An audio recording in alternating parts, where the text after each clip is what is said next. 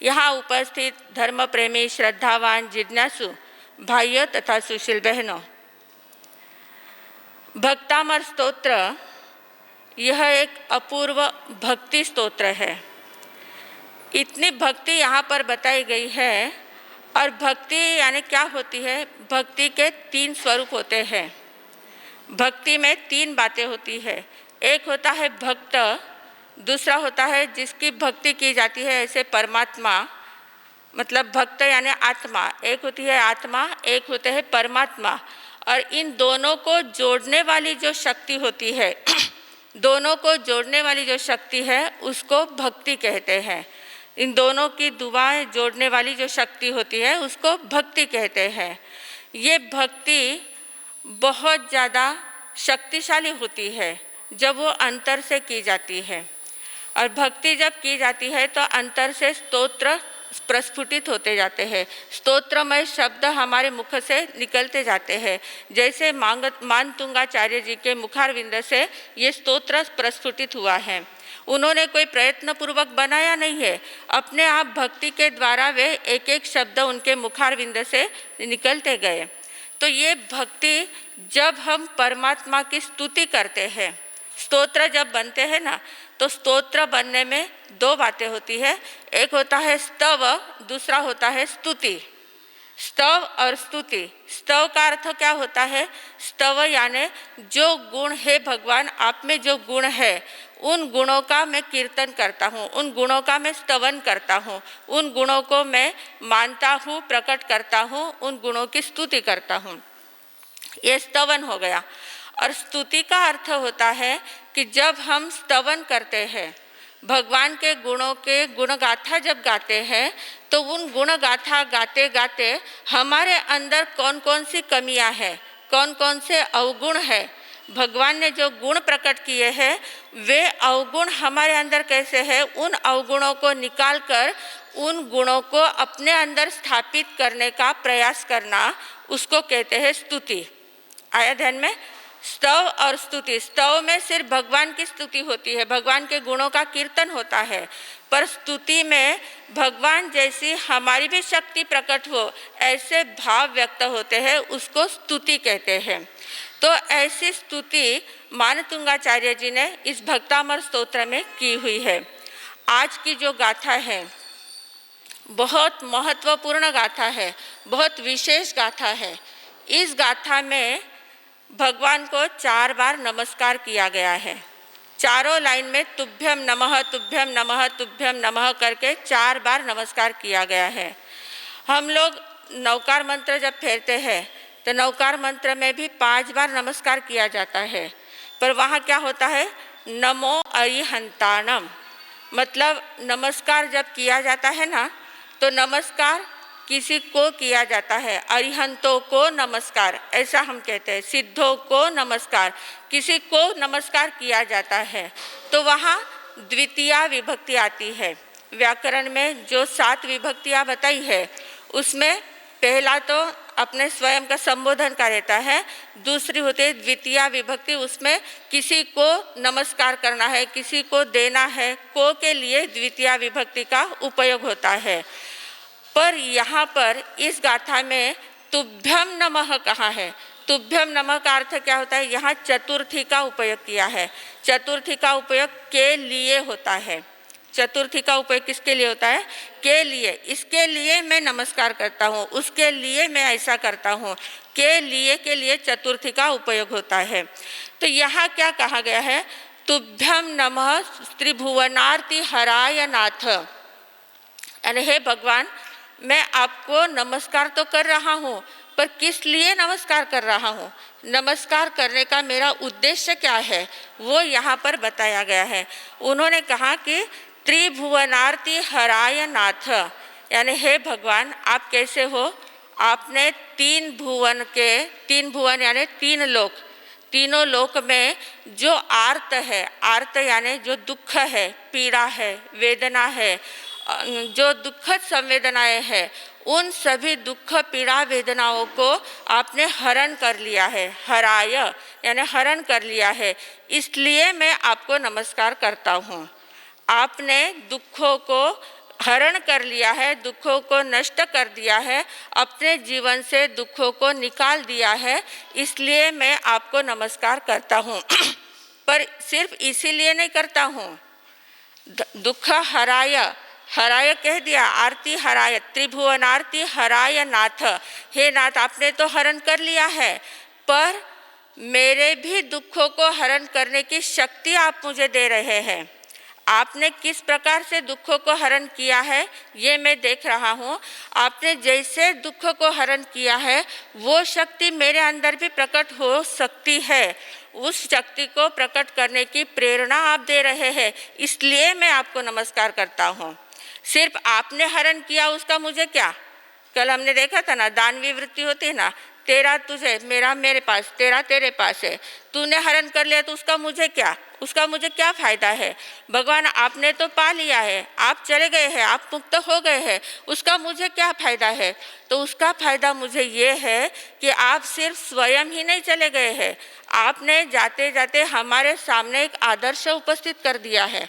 आपने बता दिया है कि मैं भी आपके समान ही था, पर मैंने साधना करके मैं अंतर से जागृत हुआ हूँ और मैंने इन सारे दुखों को नष्ट कर दिया है। ऐसा तू भी कर सकता है, हे मानव तू भी ऐसा कर सकता है। ये प्रेरणा आप देते हैं, इसलिए मैं आपको नमस्कार करता हूँ। अब ये प्रेरणा हम देखते हैं कि हम जो पूरा संसार है, मानतुंगाचार्य संसार में है, अभी संसार में रहकर उन्होंने भक्ति की है, तो उन्होंने देखा है कि मेरे चारों ओर जो संसार है वो संसार से पूरा कैसा है, दुखमय है। संसार में कोई सुखी दिखता है क्या?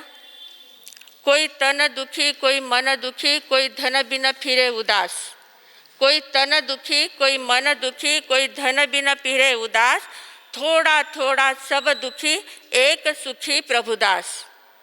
थोड़ा थोड़ा सब दुखी, एक सुखी प्रभुदास। सुखी कौन है?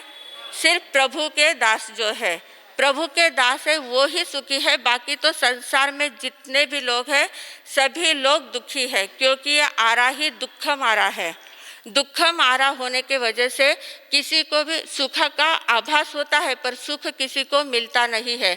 हमें लगता है धनवान लोग बहुत ज़्यादा सुखी है, धनवानों को जाके पूछते हैं तो वे कहते कि जिनके पास कुछ नहीं ना वो बहुत ज़्यादा सुखी है।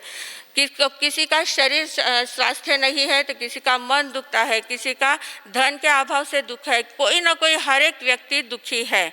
तो ये सभी दुखी है, पर सुखी कौन है? सिर्फ प्रभुदास जो है वो सुखी है। तो प्रभुदास यानी क्या? प्रभु का दास कौन हो सकता है? प्रभु यानी क्या? जो ऐश्वर्यवान है, जिन्होंने आंतरिक ऐश्वर्य को प्राप्त कर लिया है।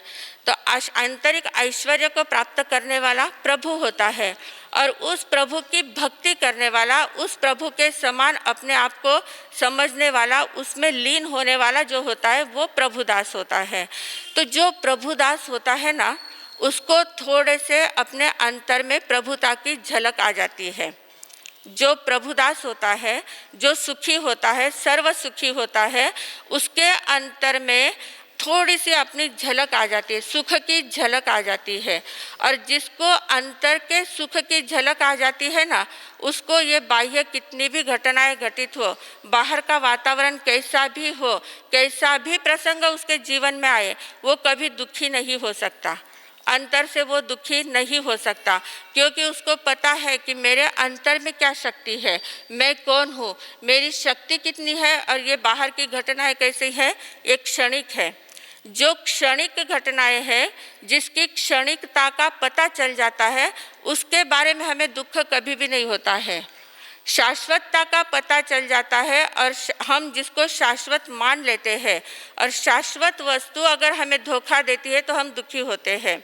जैसे उसके लिए एक उदाहरण दिया है कि आपने एक 2000 रुपये देकर फूलों की माला ली है, बहुत सुंदर फूल की माला ली है, जिसके पैसे आपने 2000 रुपये दिए हैं, और इतनी सुंदर माला लाई है, और वो माला आपने भगवान के चरणों में चढ़ा दी है, और इतनी भक्तिपूर्वक वो माला चढ़ाई है। दूसरे दिन देखते हैं तो वो माला पूरी मुरझा गई है, पूरी ख़त्म, मतलब उसका जो टवटवीतपना जो था, उसका जो प्रफुल्लितपना था, वो सारा मुरझा गया है, एकदम खराब हो गई है। तो आप क्या करते हैं, उसी माला को उठाकर डस्टबिन में डाल देते हैं। 2000 की माला थी, पर एक दिन में वो खराब हो गई और आपने उसको डस्टबिन में डाल दिया। आपको कुछ उसमें दुख नहीं हुआ, कुछ नहीं लगा। पर वही बात, अगर आपने एक घड़ा लाया है, मिट्टी का घड़ा है, वो 200 रुपये का ही है, 2000 का नहीं है, 200 रुपये का ही घड़ा है, इतना सस्ता है वो घड़ा। पर आपकी दृष्टि क्या है, जो मैंने घड़ा लाया है वो 2-3 साल तक चलेगा, उसमें मैं ठंडा पानी होगा, ठंडे पानी का आस्वाद लूँगा, उसका मैं उपयोग करूँगा, तो दीर्घ काल तक उसके रहने की आपने कल्पना कर ली है। आपके मन में कल्पना जाग गई कि वो घड़ा 2-3 साल तक तो टिक सकता है, तो उसकी 2-3 साल की शाश्वतता आपके मन में बैठ गई है। और योग से दूसरे दिन आपकी बहू बेटी कोई है, वो घड़ा धोने के लिए गई और उसके हाथ से वो छूट गया और घड़ा टूट गया। अब घड़ा टूट गया तो आपको क्या लगेगा, दुख होगा ना, कि देखो मैंने इतना बढ़िया घड़ा लाया था और कैसे तुमने इतनी असावधानी रखी कि आपके घड़ा फोड़ दिया, घड़ा आपके हाथ से कैसे छूट जा सकता है, आपको इतना ध्यान नहीं रखना आता क्या। तुरंत अपना क्रोध जागृत हो जाता है, गुस्सा जागृत हो जाता है और घड़ा टूटने का दुख होता है। घड़ा कितने का था, सिर्फ 200 रुपये का था, पर वो गया तो उसका दुख हुआ। माला 2000 रुपये की थी, वो गई तो उसका दुख नहीं हुआ। मतलब दुख हमारी मान्यता में है। आया ध्यान में, दुख कहाँ है, हमारी मान्यता में है। घटना कोई भी घटित हो, उस घटना से दुखी होना या नहीं होना ये हमारे हाथ में है, कैसी भी घटना हो। अब हमारे ज़िंदगी की भी घटना ले सकते हैं हम लोग 2003 में बेंगलोर चौमासे के लिए 7 साध्वी जी ने विहार किया था। 7 साध्वी जी थे और बेंगलोर की ओर हम विहार कर रहे थे। बेलगांव तक एकदम व्यवस्थित रूप से पहुंच गए थे। बेलगांव से आगे 35 किलोमीटर चले गए थे और एकदम 8 मार्च का दिन था। सवेरे 6:30 बजे हम लोग सब रास्ते से बराबर चल रहे थे। 7 साध्वी जी थे, रास्ते से कतार से चल रहे थे, रास्ते का काम चल रहा था, इसलिए किनारे से हम 7 साध्वी जी चल रहे थे। पीछे से एक ट्रक आया, बड़ा सारा ट्रक था, उसने सबको धक्का दिया। अब क्या, सवेरे का 6:30 का समय था, ये लोग रात भर चलाते रहते हैं गाड़ियाँ, तो उनको थोड़ी सी झपकी आ जाती है। तो योग ऐसा कुछ हुआ होगा, उसी समय उसको झपकी आई होगी, उसका कंट्रोल छूट गया गाड़ी का और सीधे हमारे ऊपर से गाड़ी चली गई। धड़ाधड़ 7 साध्वियाँ नीचे गिर गई और सबसे लाइन से चल रहे थे ना, तो सबसे आगे वसंत माला जी महाराज साहब थे, तो उनके तो मुख पर से ही गाड़ी चली गई थी, तो वो तो वही के ऑन द स्पॉट वो चले गए। अब जो बाकी की साध्वियाँ जो थी तो नीचे गिर गई। नीचे गिरने के बाद सभी को लगा था, सभी के पैरों को और सर को सभी को लगा हुआ था। पूज्य मंगल प्रभा जी महाराज साहब के तो दोनों पैर ऐसे लटक रहे थे, दांत टूट गए थे, 38 फ्रैक्चर उनको हुए थे। प्रेरणा जी महाराज साहब के भी दोनों पैरों में इतनी लगी थी, दोनों खुबे में टूट गए थे उनके भी। मधुस्मिता जी महाराज साहब का कॉलर बोन टूट गया था, उनके सर को भी लग गया था, उनकी मेमोरी लॉस हो गई थी उस समय। मुझे भी लगी थी पर मुझे ज़्यादा नहीं लगी थी, मुझे थोड़ा पीछे लगा था, मैं बेहोश हो गई थी। ऐसे सभी महाराज साहब, श्रीमती जी महाराज साहब जो थे, उनके तो पैर से ही पूरी गाड़ी चली गई थी, उनका पैर ही पूरा गया था। ऐसे सभी लोग ऐसे रास्ते में पड़े हैं। 6:30 बजे घटना घटित हुई, 6:45 तक मंगल प्रभा जी महाराज साहब इतने लगने के बाद भी वो होश में थे, तो उन्होंने क्या किया, एक रीम प्रीति जी थे, उनको कुछ नहीं लगी थी, वो बाजू में कैसे हट गए थे पता नहीं, पर वो बच गए थे। तो उनको कहा कि रीम प्रीति तो ऐसे खड़ी मत रहे, कोई गाड़ी वाले होंगे, किसी के पास मोबाइल होगा तो मोबाइल से तुम फ़ोन करो और बताओ कि हम ऐसी घटना घटित हो गई है। कोई नहीं, हम रास्ते में थे, उस समय मोबाइल की शुरुआत ही थी, बहुत ज़्यादा लोगों के पास मोबाइल नहीं था, पर फिर भी देखे बहुत सारी गाड़ियाँ खड़ी हो गई थी। एक गाड़ी वाले से मोबाइल लिया, उनको नंबर बताया, इतने इसमें मंगल प्रभा जी महाराज साहब को एक नंबर याद था, पूना का सुरेखा ताई का नंबर उनको याद था, तो उन्होंने उस नंबर पर फ़ोन करवाया, बड़े महाराज साहब को ये सूचना दे देना। तो बड़े महाराज साहब को वहाँ फ़ोन करवाया गया, समाचार दिए कि 6:45 बजे उनको समाचार मिले कि सातों साध्वियाँ ऐसे रोड पर पड़ी है, ऐसा ऐसा घटना घटित हुई है। अब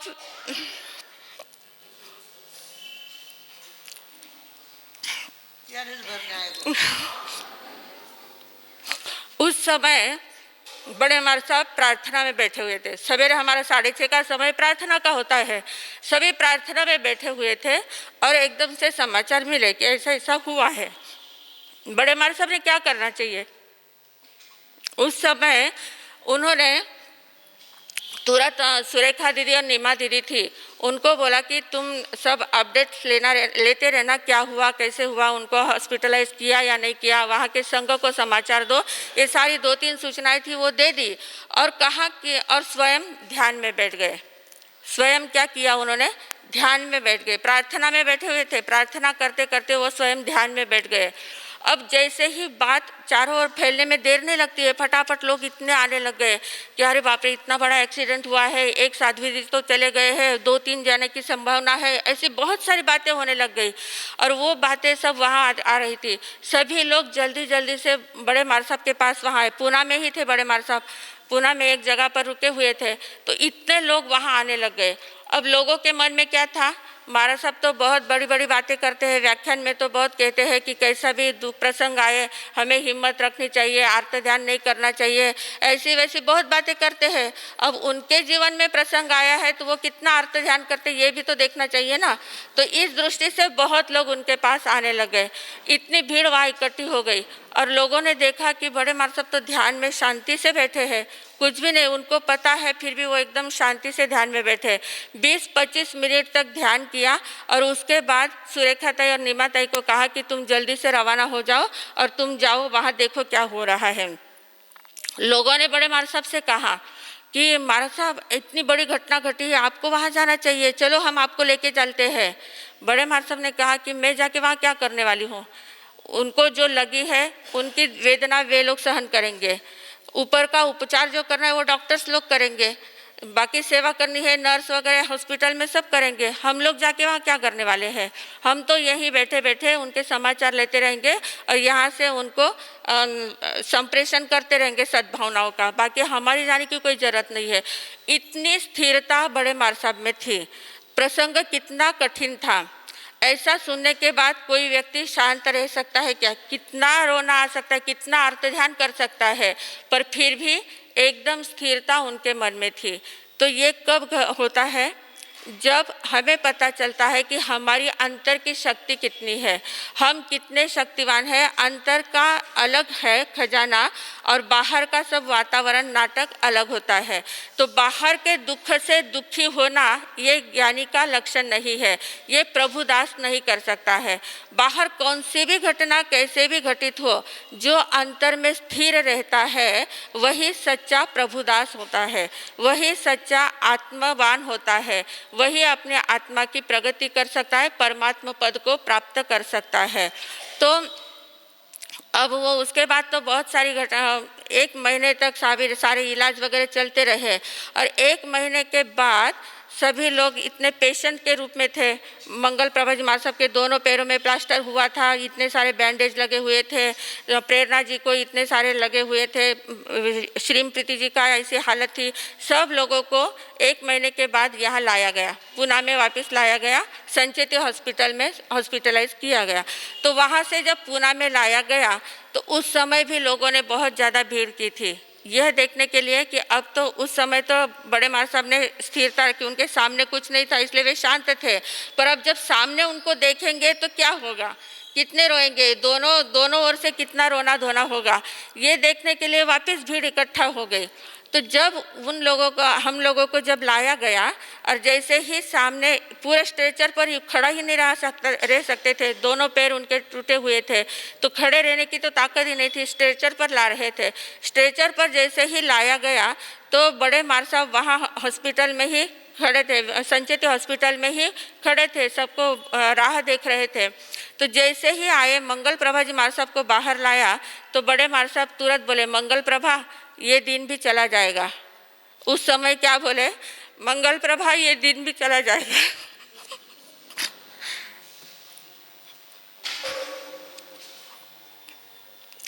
तो उस समय लोगों ने देखा, इतना जय जयकार किया कि इतनी स्थिरता हो सकती है। तो इस प्रकार प्रसंग कैसा भी आए जिंदगी में, हमें दुखी होना या नहीं होना यह हमारे ऊपर डिपेंड करता है। तो और हम लोग जब एक्सीडेंट हुआ तो दूसरे तीसरे दिन बड़े मार साहब ने यहाँ से एक भजन रिकॉर्ड करके हमको भेजा था कि आप लोगों को दुखी नहीं होना है। उस भजन को आप सुनो, और उन्होंने स्वयं की आवाज़ में रिकॉर्ड करके भजन भेजा कि जिसके कारण से हमारे अंदर इतनी ज़्यादा हिम्मत बन गई थी कि हम कैसे बड़े मार साहब को विनंती करती हूँ कि सुबह लाती प्रकाश है। पान नंबर 68, 68 पेज नंबर।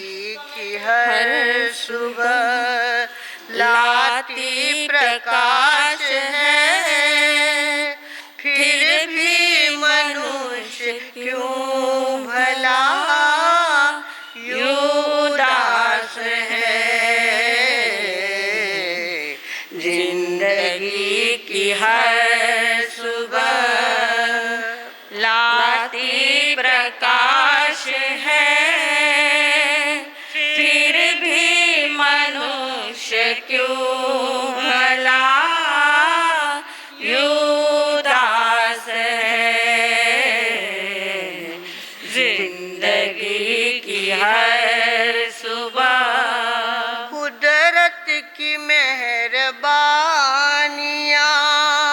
बरसे सदा यहाँ, धरती का धन कदम कदम फूले फल जहाँ, ये फूल का कुछ नसीब हमें इस पे नाज है। जिंदगी की हर सुबह लाती प्रकाश है, फिर भी मनुष्य क्यों भला उदास है। जिंदगी की हर सुबह। बस अब आखो गीत गाने टाइम नहीं है, व्याख्यान चालू है। हाँ, तो इस प्रकार इतना ज़्यादा मॉरल सपोर्ट बड़े मार साहब ने उस समय हमें किया था।